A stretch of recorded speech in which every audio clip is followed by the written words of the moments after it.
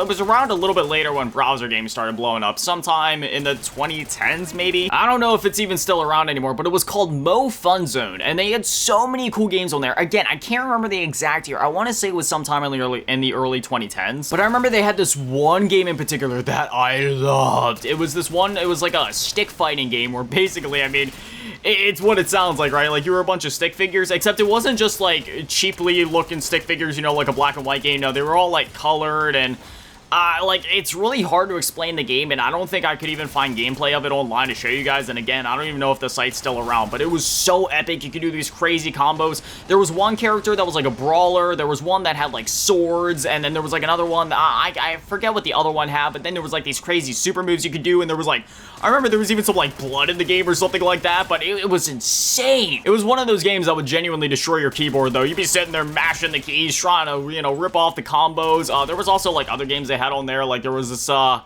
oh man, what was it called? It was like Zed or Zen something. I think it was like Zed Survival something. I don't remember, but it was like this tower defense game where it took place in first person, except it was like tower defense and you couldn't move. It was just in first person, you'd aim and shoot at the zombies as they were coming, and it would go, and like each night that you survived, it would get like gradually harder as the days would go on. So obviously you need to buy better weapons, buy better upgrades for your weapons, buy better scopes and, you know, silencers or, you know, mag upgrades or whatever, and that was another one that was so much fun. There were so many great games on that website. Cool Math Games is obviously like an all-time classic, except I never really played that one at home. I only ever played that one in school whenever, you know, the teacher would be like, oh, you finish your test first? Okay, you can get on Cool Math Games. So I remember there was many times where me and my friends would be like, dude, screw this test. Let's just blast through it and play some Cool Math Games together. There was that one game that I used to always love playing. I believe it was literally just called Run. I might be wrong about that, but it was the one where you played as the little character and you needed to like run and you'd like jump between the different walls, and as you jump between the different walls, it would literally change like the entire perspective of the camera. So it was like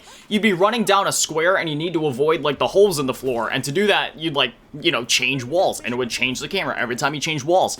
Again, I think the game was called Run, but I'm not sure, and I don't even know if Cool Math Games is still around. It better be,